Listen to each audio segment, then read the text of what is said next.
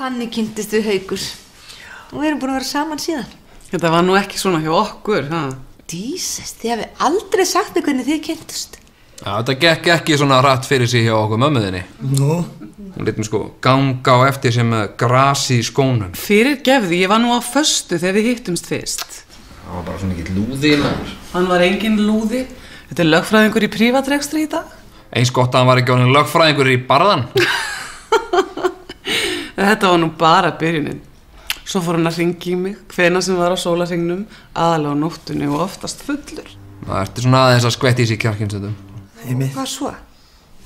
Nú þá gafst hann Kittu þetta bara upp. Ég meina, hann var hann svo logandi hræddur með hann pappa þinn. Hræddur? Já, hann skildi þetta bara loksins. Hún var ástin mín. Þú hefur verið alveg svakalega ástfangin. Já, upp fyrir haus. Upp fyrir haus? Hann hékk í bílnum sínum fyrir utan heilu dagana. Fannst þér þetta ekkert óþægilegt, mamma? Svolítið fyrst, en hann var bara eitthvað svo mikið krútt. Svaf í bílnum sínu fyrir utan húsið, eldi mig í vinnuna og svo á endanum var að fara hann að kíkja gluggana hjá mér. Sígarettu? Nei, ég er ekki. Fáðu reyna. Þá byrjaði ég nú eiginlega að verða svolítið skotin í og ég sá hvað hann elskaði mig ofsalega heitt. Og hvað? Byrjuðu þið þá saman? Nei.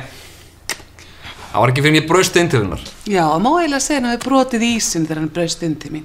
Spennt upp gluggann sko inn í herbergi til mín og ég kom að honum þar sem hann var að gramsa í nærfattaskúffunni minni. Þá sá ég hvað hann var ástfanginn af mér.